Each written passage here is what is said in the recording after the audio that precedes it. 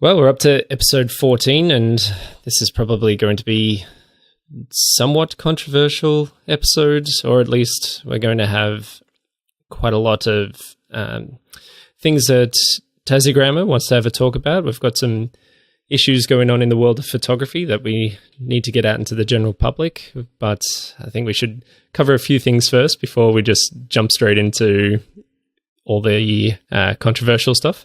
Surprise, surprise that you're leaving me to say all the controversial stuff again. That's thanks for that. So, well, it is something that you're quite at the forefront of, and spearheading this very important discussion amongst the photography community. So we can have a discussion about that all in good time. Yeah, that's cool. So before we get into that, I think we can actually touch on some other topics. Otherwise, an emotional discussion may lead us down the path that's not going to actually do anything for our listeners here. So, look, firstly, episode 14, thanks for everybody to listening again. We'd like to thank NiSi Filters, as always, for their support of our podcast. They've been there since day one, and we look forward to working with them for many, many, many more episodes to come. So, NiSi are offering any of our listeners a 5% discount by using Project RAWcast as a coupon code at nisifilters.com.au. So again, thank you for NiSi. Now, just in case anybody's wondering what they can use that on, they can use it on anything. There's also some fantastic new products out from NiSi at the moment, including the V5 Pro holder, which many people in the photography industry may have already seen doing the rounds on Facebook and social media. Also things like their enhanced CPLs and their new kits, which include the V5 Pro. So some good ideas there on what to use it on. And would also like to thank George's Cameras for offering a $50 gift voucher every month to our listeners on our Project RAWcast hashtag on Instagram. We actually have a winner this month that we'd like to announce, and the winner for January is at Pink Lemonade Photography, and he's got a pretty interesting shot of a mini globe of Sydney around Luna Park, with the Luna Park face and the Sydney Harbour Bridge, and I think is the Opera House, maybe a little bit of it there hidden behind a cruise ship.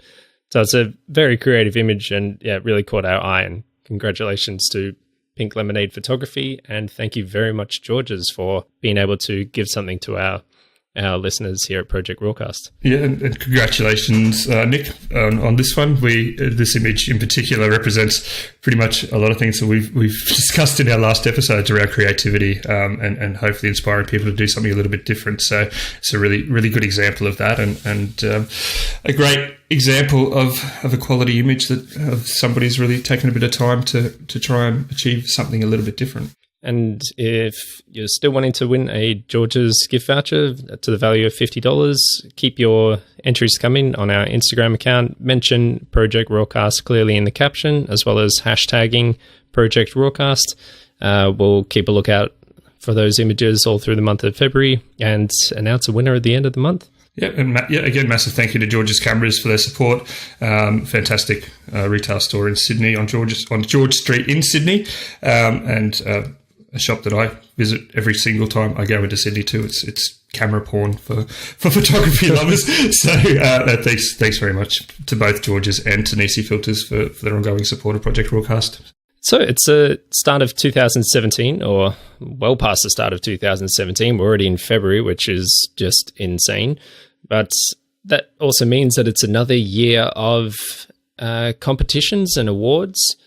And I guess, are you planning on entering any competitions and awards? And why don't we just have a little chat about how you can pick your right images, maybe even be printing them out for certain awards, and yeah, just help people get an idea of how to enter. Yeah, look, I'm definitely looking to enter as many awards as I can this year. I've been very specifically going out of my way over the last couple of months to go out and specifically shoot images that I'm not sharing on social media. I've got I've managed to build up quite a good library, I think, of stuff that I really kind of want to use for that purpose. Are you keeping secrets from us? I think most people who go down the awards path probably do this, and it's just one of those things. I kind of want the images that I'm going to be entering in competitions to not already have the exposure on social media and not be instantly recognised. So I am absolutely going down this path, and I know you've got a lot of experience in this, so I think I could probably tap into your experience here about how to prepare my images for this. I mean, some are purely digital, but at the same time, when you get to the finals of some competitions as well, they've actually got to be printed and be able to be hung up on a wall. So in terms of that sort of stuff, I mean, that's probably your forte, really. So a couple of things I've been asked recently and things that I've touched on are things like calibrating your monitor and those sort of things. So taking your image from a digital form to a print form doesn't necessarily always work out exactly how you would expect. So are these things that you think about when you're preparing your images for this? Well, it's definitely important to be out, especially if you're printing or even sharing your images, that what you're seeing on your computer or on your monitor is exactly how it's going to appear on paper or on someone else's monitor. And so calibrating your monitor can be very important. I myself haven't bought a monitor calibrator. I've found that what I see on my screen does match what I see on other screens, such as my phone or laptop, and even printing out images. I've had my images printed out at multiple labs around Melbourne and around Australia, and I found that it matches pretty well to how I expect them to come out on print. So I guess I'm kind of lucky that I haven't needed to really calibrate it, and probably a few photographers will probably be surprised that someone hasn't calibrated the monitor. Some people are very much just straight down the line. You have to calibrate your monitor. Sorry to interrupt you here, Kieran. That's all right. It's good to see that you're talking a lot. But look, I actually recently had this exact thing happen to me when I did a print of something I took on the Overland track, where I took it to the printing company.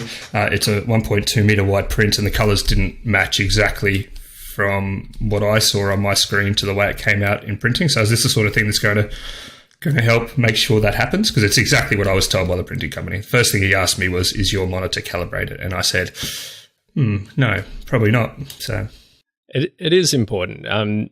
If your monitor isn't calibrated, then of course the colors are going to look different on your screen compared to how they look printed. And there are a number of devices that you can purchase, and these are little things that'll hang on the front of your monitor and run a software that'll actually calibrate it correctly to different color spaces.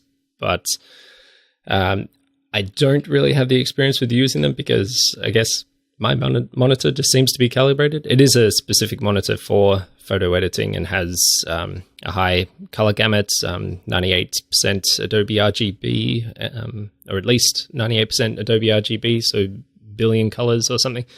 But it just seems to work for me. Another thing that you can do as well is, because people edit in different color spaces, sRGB, Adobe RGB, Pro Photo, or Lab RGB, I think it is as well. That is different from a printer, which uses inks and dyes to actually print the photo compared to using light. So you can do a process of soft proofing where you're seeing how, or trying to get an idea of how one color space for your monitor matches a color space for printing. And that can have some effect on some brightness, some colors that could be a bit different. And it is another way to just try and get an idea of how your image is going to look when printed. So do you do soft proofing? I've heard this is a good thing to do, because obviously, like, I think the theory here is that you don't know how it's going to be displayed in an award if it's going to be a digital form. In a print form, you've got control of that, but once an image goes up on a big screen, you don't have control of that screen anymore if that's the way that they happen, how they rotate through images, that sort of thing, in particular awards. So, well, soft proofing is one way to get an idea of how something will look as printed, but it's still not going to be exact. And I guess most competitions will specify, if it is a digital competition, which color space to submit your images. So if it says images need to be submitted in sRGB, then you do need to make sure that your image is in sRGB, because if it's in Adobe RGB and they're viewing it at sRGB, it's going to look a lot duller. But I found with printing, you can kind of skip all that if you just get test prints done of your images first. You can create little collages of different colors and brightness of different images, get it printed at your local printing lab or wherever you get or plan to get your images printed, and see how they look on different paper types. And that's going to give you the best and most accurate view of what your images will look like on paper. So you can do self-proofing, get your monitor calibrated, but the best way to see is just getting them printed as a test print first. Yeah. Okay. So what about just picking the right image? So how do we go about this? Do we look at what are we looking at? Are we looking at the judges that are judging the image? Are we looking at the category? What are we looking at? Are we looking at past winners? How do I maximize my opportunity to have my image noticed by entering a competition? It's always a tricky thing, trying to pick an image that you think other people will judge as being the best. And can we bribe the judges? You probably could. I haven't tried it, but it might be something worth doing. No. Bribing the judges is not the best way of doing it. They're probably, knowing the photographers, they'll probably just take the money and just run. Yeah. But picking the right image can be just really difficult, because you're looking at your images, you have your favorite images because they have some kind of emotional attachment to them, or you just want them to be winners because you've gone out of your way, you've gone on this enormous holiday or this hiking trip, you've spent a lot of time and effort to get a particular image, and you're kind of telling yourself, this is it, this is the one I want to win. But you can't really do that with awards, because you have to pick images that other people will want or will think is a winning image. And they don't have that sentimental attachment. They don't know what you've gone through to get that image. So you need to try and find something that is compositionally beautiful, the colors are right, the tones are right, and the emotion and mood of the image is right. And it can't have that sentimentality that you're instilling in the image. Yeah, cool. So, look, I've got hundreds of winners in my catalogue. I think they should all win. So I'm hoping the judges feel the same way. I'm pretty sure they will when they see my images this year. I mean, they're pretty awesome, and they're just going to know what I went through to get them, and they're going to know, the days that I sit just camping there waiting for the light to happen. What about like cropping and those sort of things? So obviously there's certain awards like the panel awards that, you've got a minimum crop of 2, or you've got a 2-to-1 crop. It can be either horizontal or vertical. I mean, obviously a vertical pano stands out quite a lot from crowd. So I mean that in itself could be a little bit of a strategy there, but obviously there's briefs to each award as well. So certain awards, I mean, if you're going to enter like your AusGeo awards, I'm fairly sure that's going to be a highly nature and landscape based type stuff. Probably not so much 20-minute long exposures in the middle of nowhere that just don't look like the place that you were actually at anymore. What about the categories? So how do we read this? And another thing on top of this, so that I can just take a bit of a breath and, obviously each award as well has different terms and conditions. So in terms of what rights you're giving for your image for the awards as well. I mean, you know this a little bit better than me because you've had the experience with this. So. Well, usually I'll touch on the last bit first. Usually with most of the more well-known competitions that are quite popular or international, it's still a good idea to read the terms and conditions and find exactly what rights you're giving to the competitions in regards to your images, whether they can be printed out for commercial use on their side or just used on social media. Most of the time, you're just allowing them to use it to promote the awards themselves. So they're not going to go on and sell it to an advertising company, but they're just going to use it for their own purposes on social media or on their website to, if it's a good image, to actually draw attention to their awards, which in most cases for photographers isn't such a bad thing. If you've got your photo there in relation to a particular competition or award, it can be good for you as well. But I guess we'll be talking a little bit about exposure for free a bit later. But you're hanging out for that, but we'll get to it. Yeah, I'm still distracted. So yeah, but yes, we will touch on that. Yep. So the first part of the question was... how do you fit the brief? How do you fit the brief? There we go. And categories and stuff. So there's probably multiple categories: landscape, portrait, wedding, photojournalism, sports. There's a multitude of different categories that you can enter. It is important to read any brief that is written down, especially they've probably got it in the terms and conditions for the competition. For instance, the Australian Professional Photography Awards, if you read the landscape category, it pretty much means you can enter anything. It says something about landscapes, whether they're real or just whatever the photographer's perspective of a lancape is. Like 40 image composites.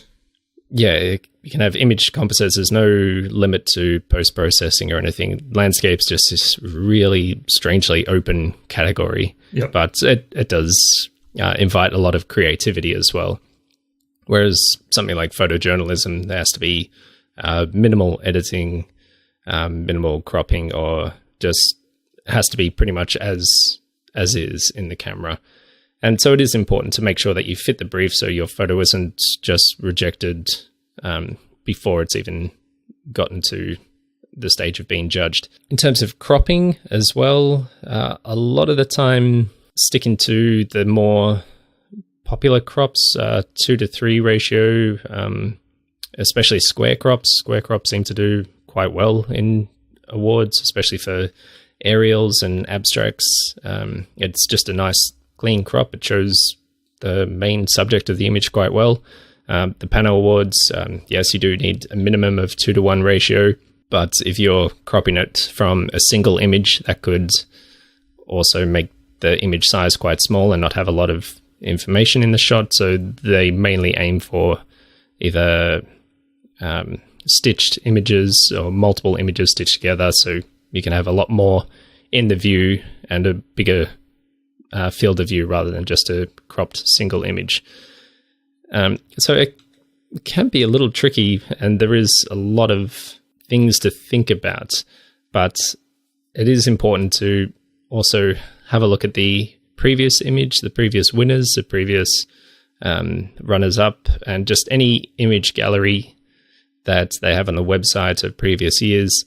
Have a look at those, try and get an idea of the feel of the awards and what the judges are looking for, because you might find that your images, the ones you're happy with, the ones that do well in sales or on social media, don't actually fit the style of the awards. And so in that case, there may really be no point in entering. Yeah. Okay. So, look, you've just given me the recipe for success. I already thought I had it. Like, I'm pretty sure I'm a shoo-in for like every award I enter. I'm fairly sure of it. But look, I can just picture you sitting there, just like nodding along to everything I'm saying. Like, yep, got it covered. Got it covered. No, yep, they're still winners. Yeah, I already knew all that. No, I probably don't even need to crop my images. I'll just send them in raw. They'll be right. Dust spots and all. No, look, there's obviously entering competitions is a whole new ball game for photography, and one of those things I think as a photographer, if you really want to kind of push your name out there and try to succeed, it's a great way to get exposure for yourself. It's also a great way to judge yourself against your peers, remembering though that these are subjective decisions or subjective things that certain judges are basing images on. They don't have that emotional connection to the images the same way that we do.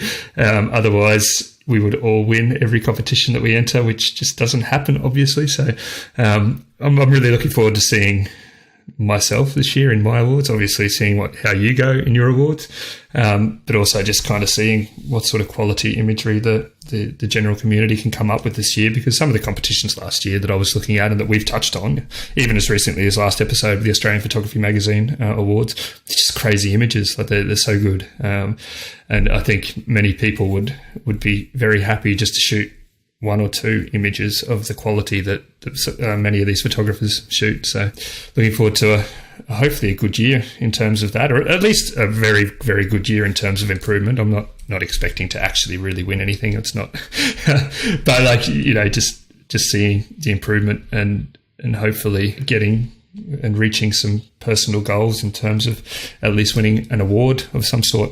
And if you are entering the state awards for the Professional Photographer of the Year awards, I'll be entering the Victorian one. It is great to go along and see your images printed out and being judged by 5 professional photographers that have different views, and you may get some feedback on there as well. And the feedback can be quite brutal at times, especially if you've got your hopes set on particular images. But if you keep an open mind, that feedback can be invaluable. And some awards do give a little bit of feedback on images. Some of them give a score based on how it's been judged. And if you are, I guess another thing to mention as well, if you're entering some of the awards where multiple images are to be entered, have a think about how those images work as a set as well. I've seen lots of good entries where each image will be kind of a good image, but they just don't work well together. And in that case, if you are putting a set of images there, don't just pick a bunch of random ones that you like and think look good. Pick something that has a particular theme, whether it's a color, a crop, a style of photography, or just a location as well. Nothing from like all taken within 5 meters of each other on the same day, but it could be all from, say, one particular state. They could be all coastal, they could be all mountains, and think of them working together to produce a nice story in a way, just based on a few images rather than just one single image. For sure. And obviously that kind of shows your ability to be consistent across the quality of your shots as well, and the opportunities are there to also enter overall competitions then, not just a single category, but like potentially win portfolio awards and those sort of things as well, so which are obviously other categories and possibilities within these types of competitions as well. I'm guessing throughout the year we'll be talking about the winners and their images and just how photography has changed and whether there's too much post-processing on some images or not enough on others. But yeah, it'll be interesting to see the images that are being produced in 2017. Yep, definitely. I'm looking forward to that very much. And obviously I'm looking forward to receiving emails from the judges, hopefully just at least giving positive feedback, and maybe even a bronze award in something would be awesome. Obviously it's a whole new realm of photography for me, and one of those things that I'm really looking forward to challenging myself to hopefully achieve this year as well. So, and I'm looking forward to seeing the images that you're hiding from everyone else. Yes, and yes. And I've probably got a few myself that I don't post on social media because what works on Instagram doesn't necessarily work in awards and vice versa. So you just really have to focus on which award you're entering and really think about whether it has a chance to win, or maybe winning isn't your goal. Maybe you just want to get that feedback or get a score and just compare yourself to others. But really have a think about whether it does fit the awards, and whether, particularly because some you do have to pay to enter, whether it's worth the money to get feedback where it's not going to win or it's not fitting it. Don't just throw your money away. Consider it carefully and enter the right images for the right awards or competitions. Yeah, definitely. Sweet. I reckon we've probably got other stuff to talk about now. Yeah, I'm imagining you're really hanging out to have a little chat about, let me get this right, down there, some photos of photographers have been maybe used without the express permission of the photographers. Maybe I'll just let you have a little chat about it first? This is probably more than just this single issue for me, and I think in the greater community as a whole is an issue that I think we as photographers now need to think about, is why are we as photographers being dictated to what our images, our content, our stories, our time, our effort and our equipment is worth, particularly to government-funded tourism accounts. Now, this is an issue that if you've been following me on Instagram, if you've been following me on Facebook over the past week, or if you've been following many of the very well-established photographers here in Tasmania, this is an issue that touches on not just us very personally, but I think the entire photography industry as a whole. Why are we being taken for a ride by people who tell us and dictate to us what we are worth? We right now, and you were actually present for the first stage of this. Now, I picked you up from Hobart Airport when you flew down. I like to think I was instrumental in the beginning of this, and if I hadn't have come to Tasmania, none of this would have come about. Yes, that's completely your fault. Now, look, I picked you up from Hobart Airport and noticed a fairly large screen. Now, I'm talking about a screen that is taller than me and that is probably about as wide as my arm spans. Now, I'm 1.83 m. We had another photographer who actually stood next to this board and we took photos of him next to it, and he's just over 2 meters. Now, he's shorter than the board. Now, look, my arm span, the board is about the size of my arm span and taller than me, and it is sitting right inside the arrivals of our local airport here in Hobart. This screen at this moment is displaying a feed, which is being fed from tourism accounts here in Tasmania, displaying images of very well-known Instagrammers, very well-known photographers, some lesser-known photographers, some photographers there in Melbourne who I've spoken to quite in depth about this now, who are not happy. These are images that are being displayed in what we personally feel. Now, whether this is factually or legally, whatever, this is an opinion of many of us, is a commercial space. Hobart Airport is a commercial business. Hobart Airport is a business and an entity that is set up entirely to make money. Now, yes, it attracts visitors to the state, all of this. Now, with this particular situation, and a big part of this is within a 20-metre radius of this single big screen, there are 7 other screens or boards displaying what is very clearly either commercial advertising or images that we have confirmed directly from other photographers have been purchased for the state government image library. So the licenses to these images have been bought. The screen where our images are being displayed and are being used without any permission have not been purchased. We have not had a request to use these images. We have not had any formal contact from the department that is allowing for this to happen. I have spoken to other business operators who have screens currently filled with their business messages, who have told me directly that those screens they have paid for to have their advertising placed on them. They are my clients. I have a very direct contact with many of these businesses here in Tasmania that currently are paying for advertising on all of the screens or other photographers' images who have had the rights purchased to them to be displayed in this way. I do not understand why this single screen that is sitting inside Hobart Airport is displaying our images without our permission.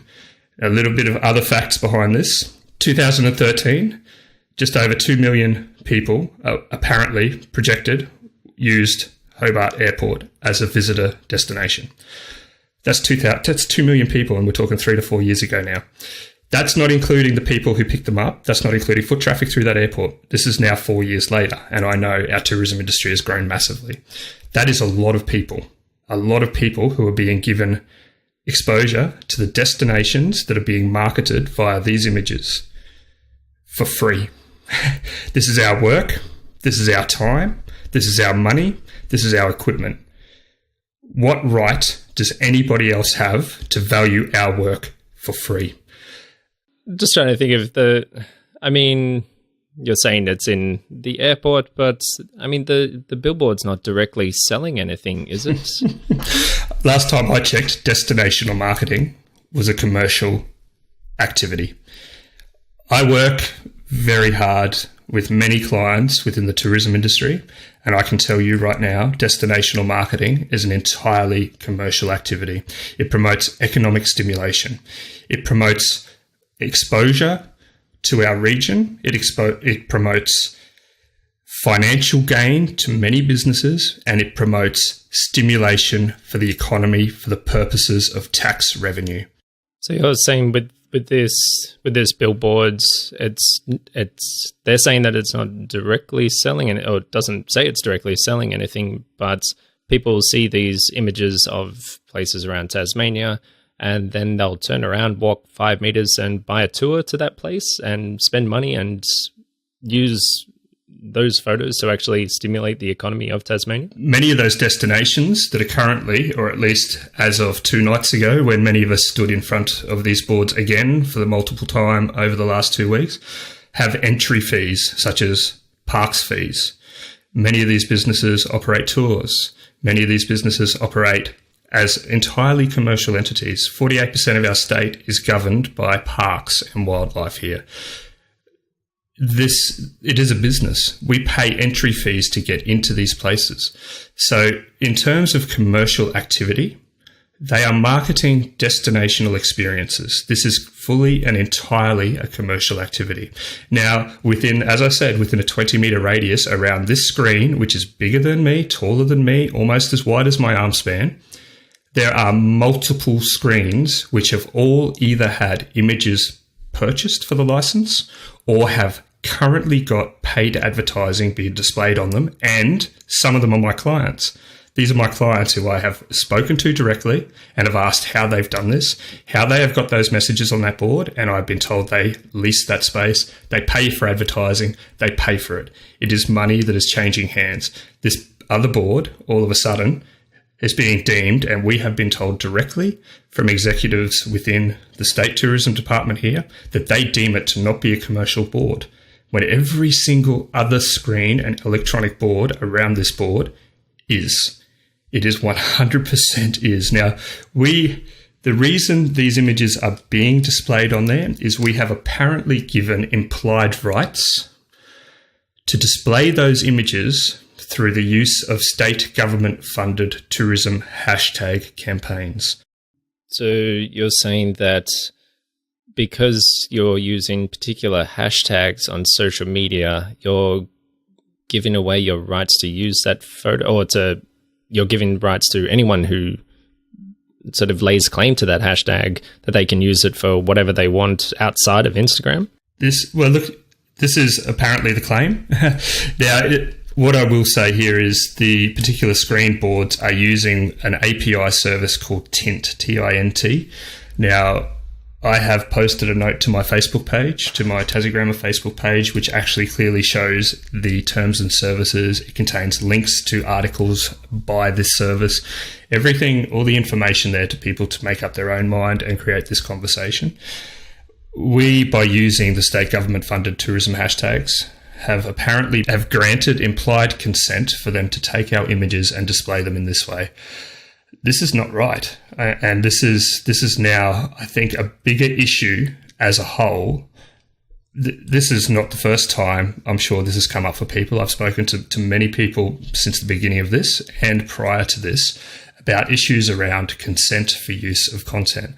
Many of the local photographers, many of the interstate, and even currently some of the biggest international photographers right now who are actually involved in this exact dispute are claiming that they have not granted permission for them to be used this way, that they have voluntarily submitted their images to the tourism campaigns, but have been now taken for a ride with this. Now, I know myself, I have very, very openly contributed to our tourism campaigns. I have spent my own money. I have spent my own time. I have taken so much effort to be part of something that's bigger than me.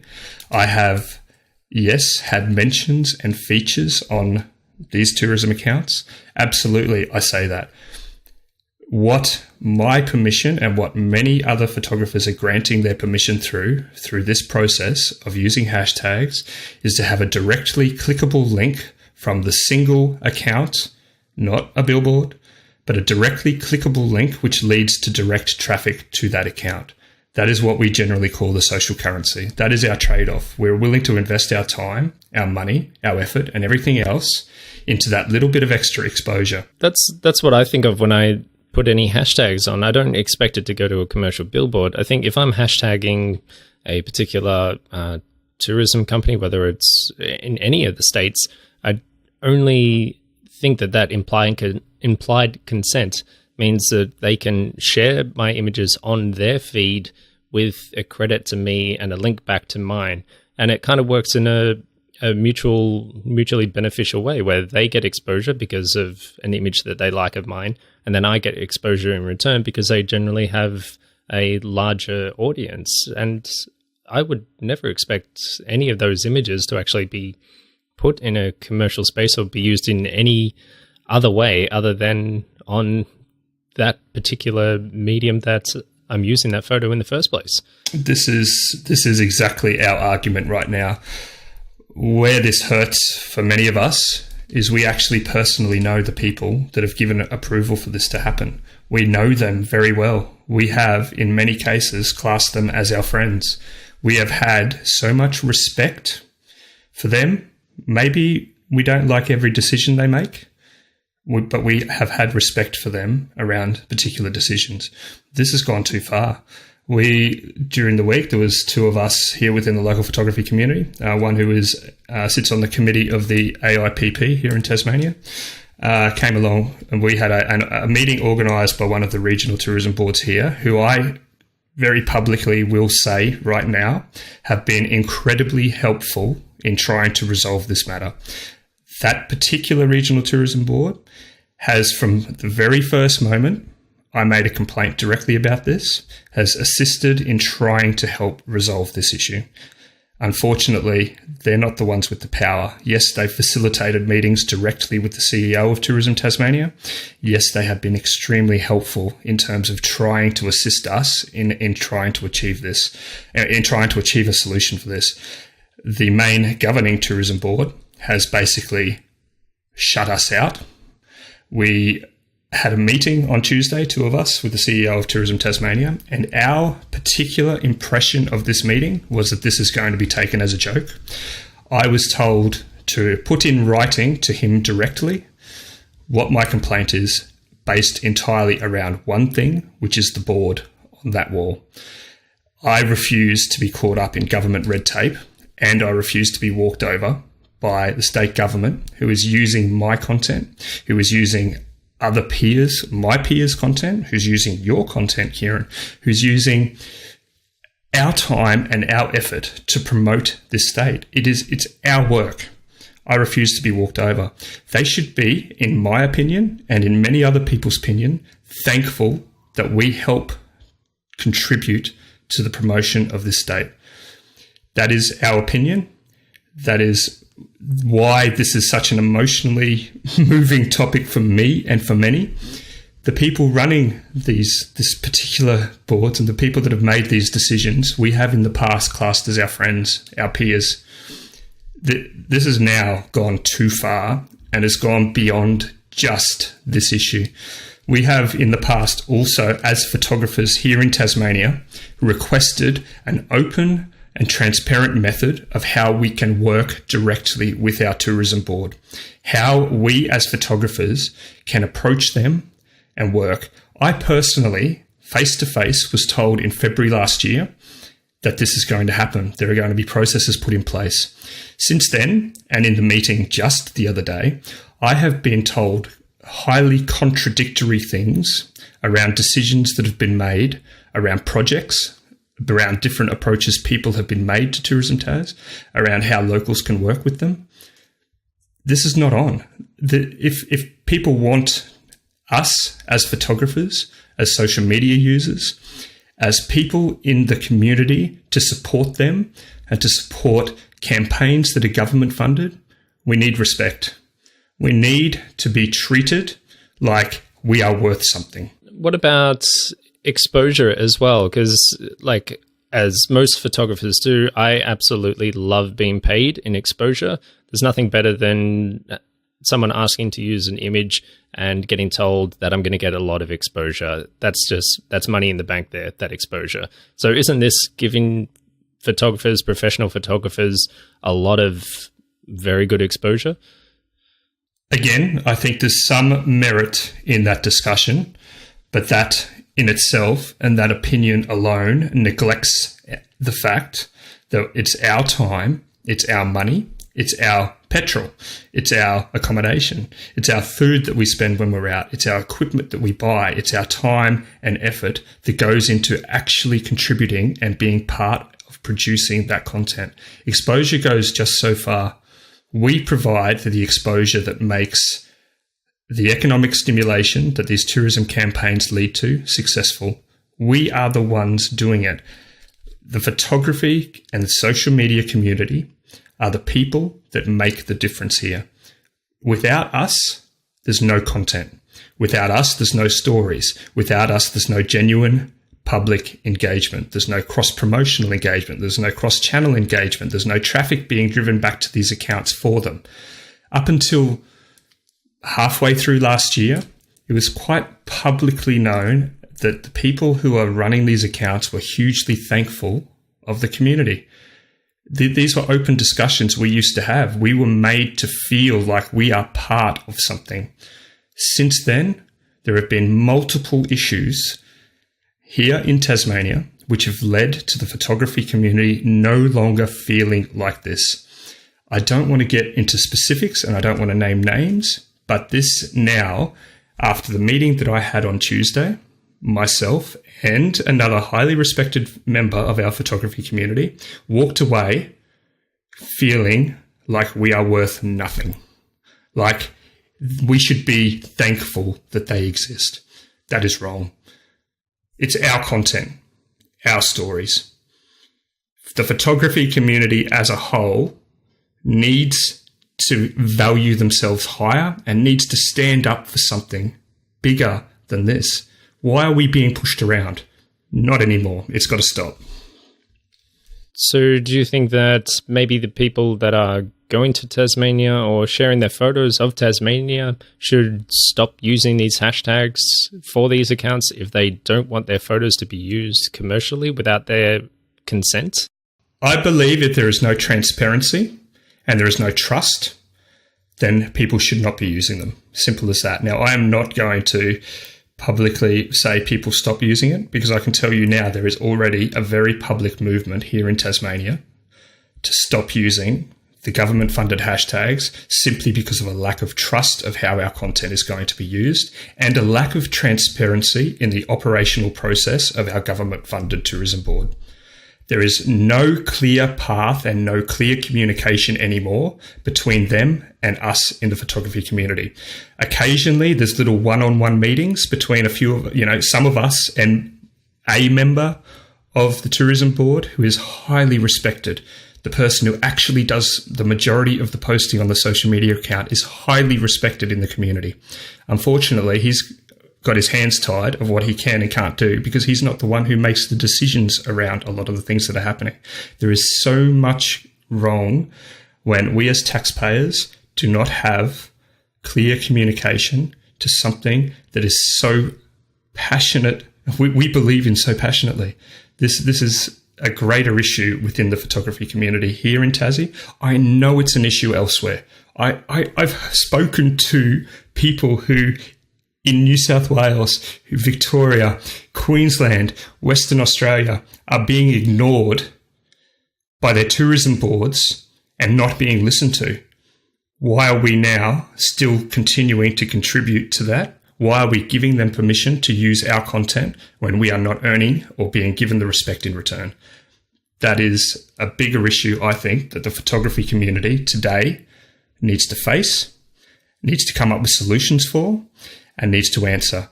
I have put out a public call here in Tasmania for our tourism board, for our state government tourism board, not the regional ones, because as I've said, our regional tourism board has been incredibly helpful in trying to facilitate a solution for this.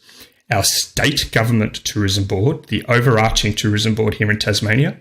I've put out a call to have a public forum and a public discussion between the people behind the social media accounts, the people who make the decisions for media buys, and the CEO of Tourism Tasmania to come and listen to the greater community, to the issues around operational transparency, to the issues around the misuse of our content, and to the issues around what we as people who contribute to that account and to contribute to those campaigns need in return to continue doing so. If that does not happen, this is going to become even bigger. I've requested privately for this to happen. I've now requested publicly for this to happen as a result of essentially being treated with absolute and pure disrespect. It's not on anymore. We need, as a photography community, to look after each other. We need, as a photography community, to stand up for what's right, to stand up for our content, our time, our effort. And we need to look after each other. We all want the same thing. I'm sure the state government here wants the same thing as us. We need to stand up for what is right and stop being pushed over. That is it.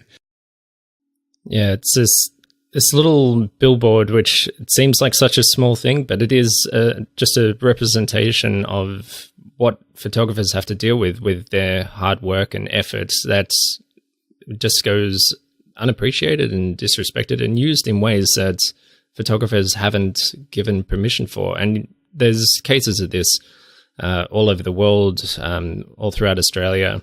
And you've noticed this with other people bringing it up on your social media when you've brought this to light, of other people going through things where their work has been used just because they've shared it on their social media or they've hashtagged, and it's just been printed or used in a way that hasn't been given permission for.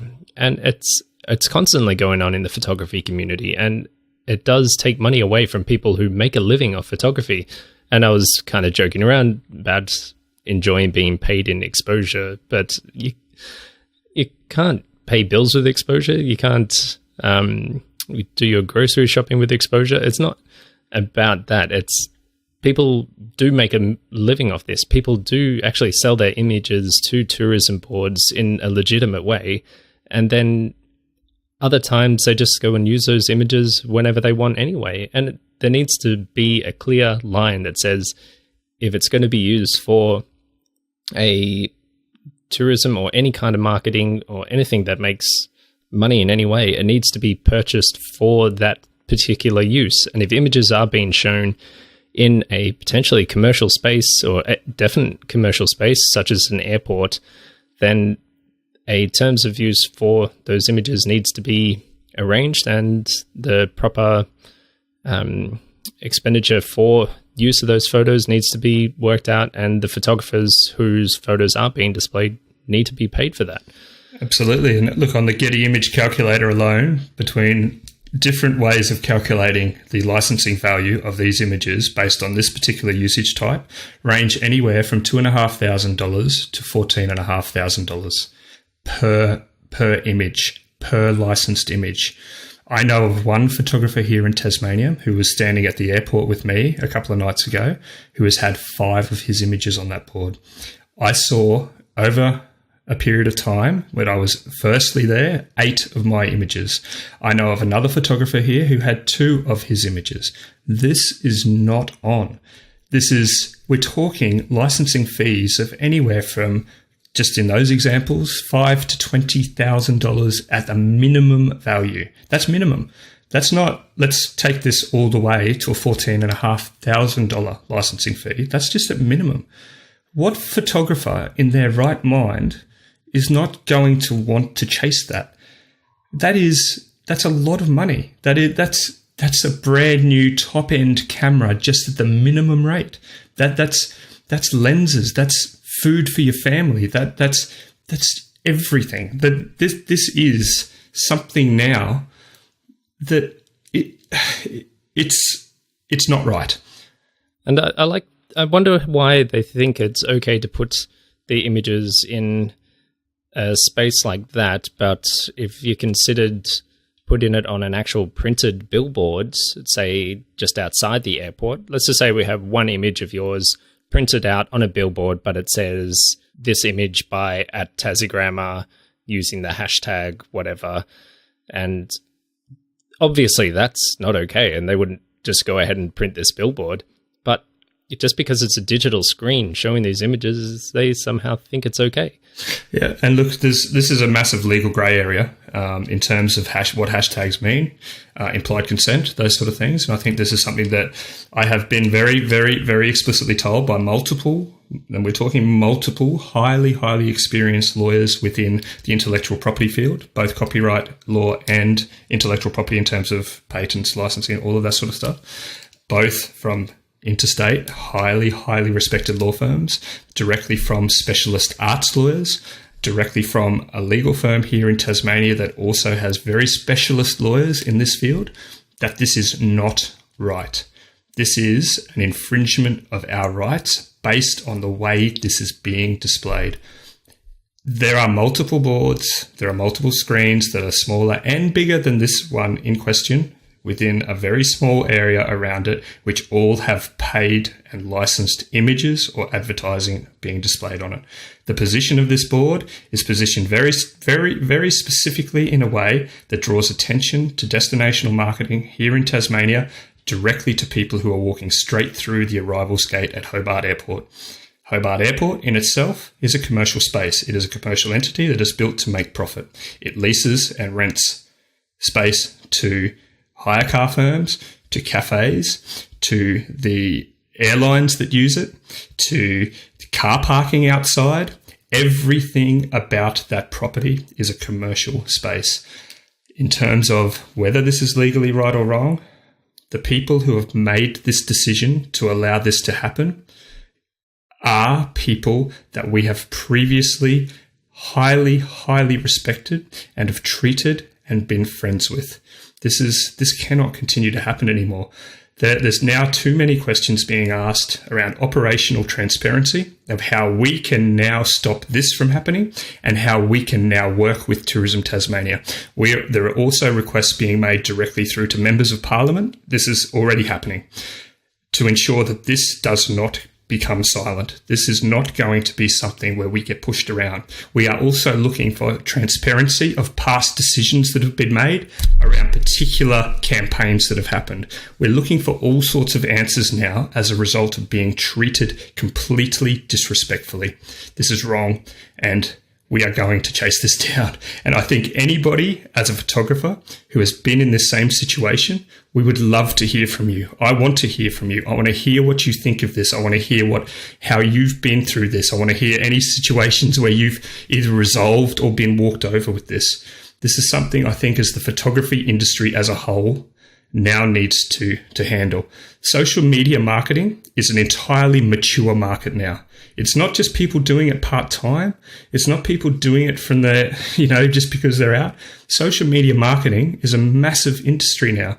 There are friends of mine throughout Australia, throughout the world, that rely on the income that they make from their images and from their stories and from their trips to survive. What are we doing to these people?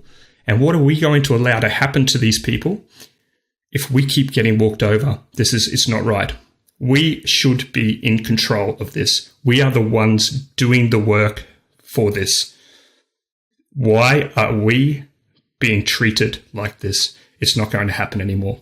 I am very much publicly at the forefront of this. I'm putting my neck on the line for my client base. I'm putting my reputation on the line for the tourism boards that I've done work for, that I treat as my clients, that I have on monthly retainers.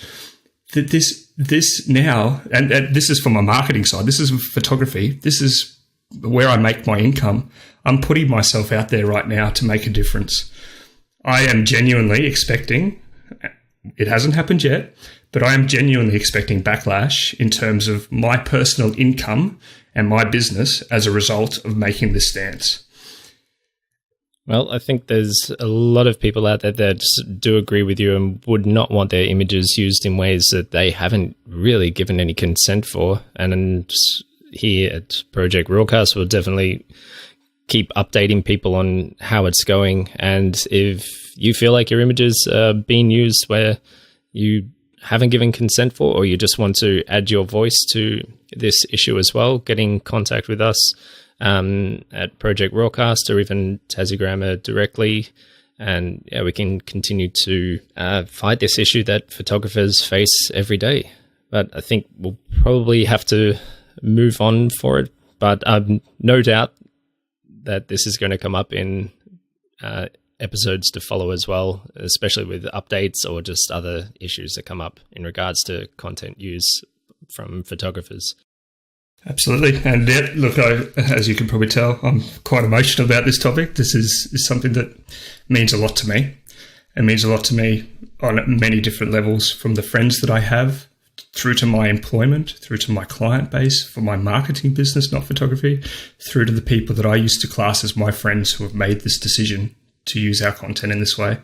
Well, you're promoting Tasmania with your brand name. So this is something, obviously, that is your lifestyle, and there's no way that you want your work to be taken for free.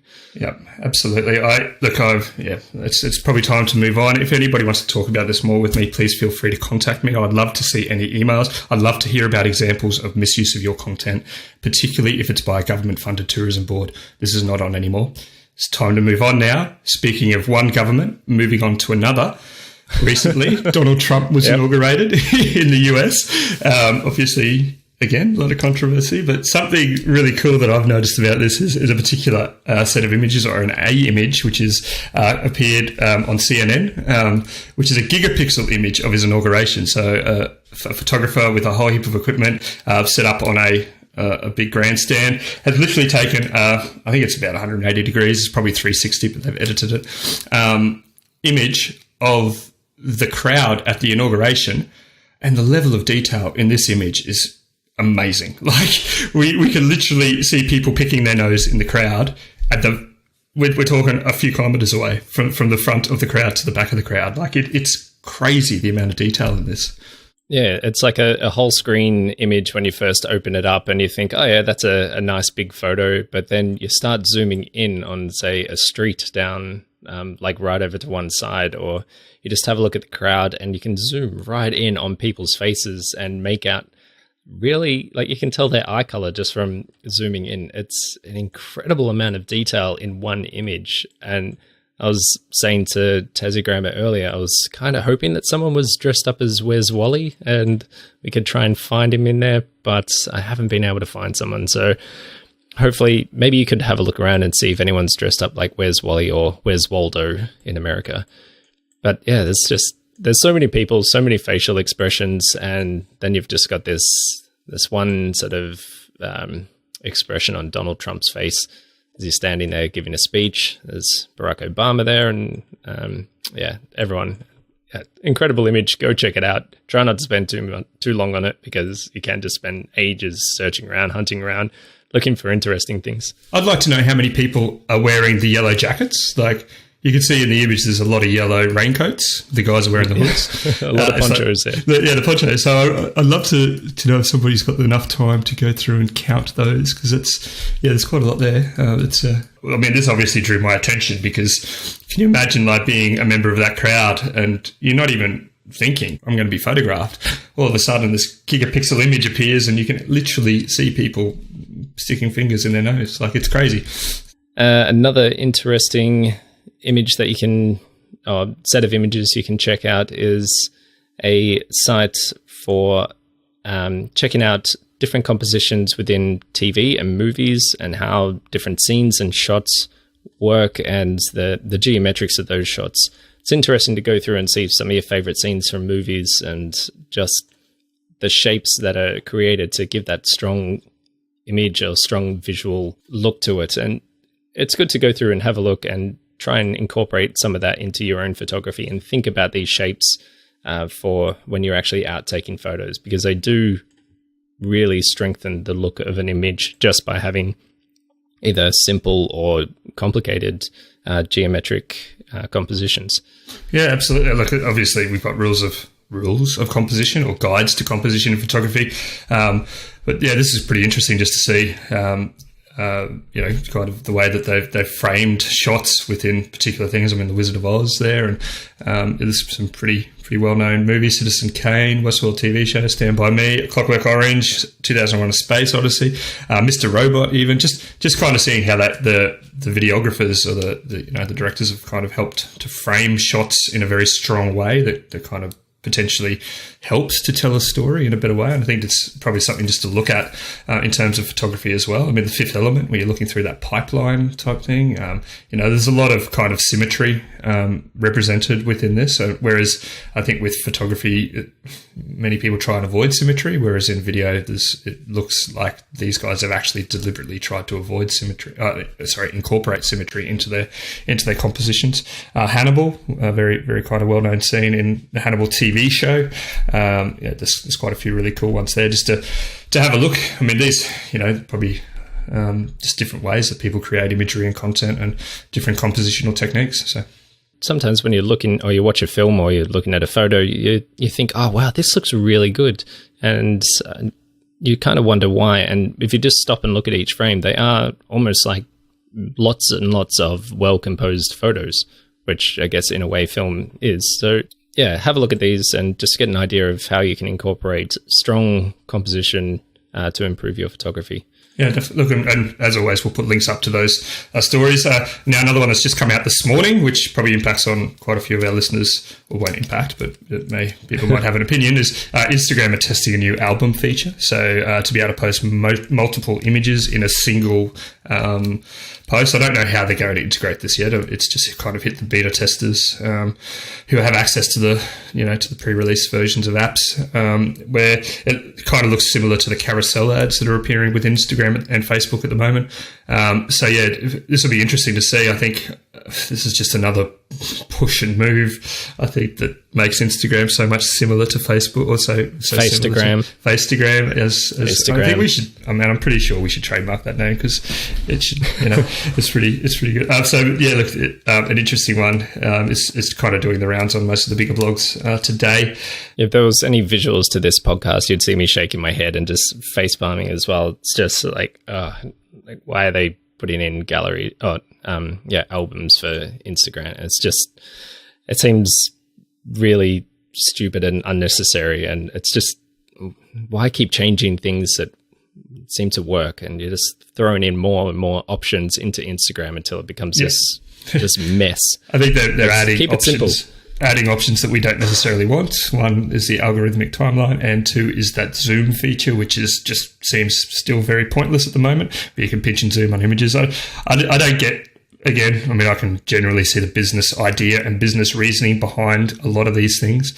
I don't get this one. I think this is just, I don't know. I'm not sure what it is behind it. And there's no guarantees it will reach the app. But I mean, a lot of these things do eventually make it there once they kind of nut out the bugs. Apparently, this is quite a buggy feature at the moment. So, anyway, we'll keep an eye on that one. And I'm sure. Also, sponsored stories. They're there. Yeah, sponsored stories. Yeah, I actually saw one the other day as well. So, I mean, you sent me a screenshot of one, but I actually saw the exact same account with a sponsored story as well. So I'm pretty sure it's only a trial at the moment and certain advertisers have got access to it. But yes, sponsored stories are definitely a thing that is rolling out on Instagram at the moment. So what I saw with this as well was the icon of the brand that was sponsoring this story didn't actually appear at the top of the at the top of the thing for me. It's just as you're going through the stories, you're watching your people you're following their stories, and then suddenly you go to the next one. You're watching it for a little while before you realize, wait a minute, I'm not following this person. This is an ad, and you have to get rid of it. And yeah, it's really annoying. And I used to like going through stories because they didn't have ads. I like going through hashtags because they don't have ads.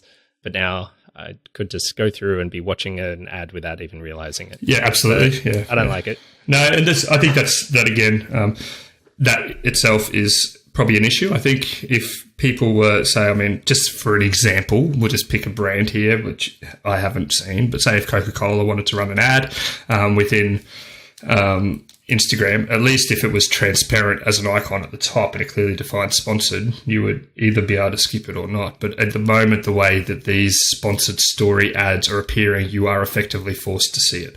It's being pushed into your story timeline, I suppose, of the people whose stories you watch without a transparent method. Mate, I said it a while ago, sponsored stories are going to be the next big thing on Instagram. I think there's massive amounts of money for this. I mean, Snapchat used to charge $700,000 US for sponsored stories. Instagram has an audience that's probably actually I've just seen stats that's now bigger than Snapchat. So in terms of story usage, it already had an audience absolutely massively bigger, but in terms of story usage is now bigger than Snapchat. The advertising potential there is massive. And as I said right from the very beginning when I saw stories, I'm pretty sure that sponsored stories are the move that they were looking to make, and it's happened. So.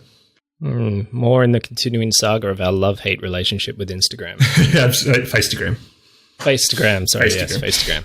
So yeah, all right. So yeah, I mean, it's been a few little things. As I said, we'll link to all of that. So obviously, tips on how to prepare prints for your awards, all those sort of things. We'll put up links within our episode guide on our website at projectrawcast.com to all of those. We'll also link to all the newsworthy stuff so you can go and check out people picking their nose in the gigapixel image, and all sorts of things. And if anybody has the time and patience, I'd love to know how many yellow raincoats are in that image as well. Yeah, and also get in touch with us regarding the whole Tasmanian imagery use issue as well. We really do want to hear what you have to say, and just add your voice to the growing concerns of photographers, not just in Tasmania, but around Australia as well. Yeah, as I said, I don't want to get into this again too much, but this is an issue I think that photographers can control now. We can make a move to take back our industry from the people who think that they can take from us.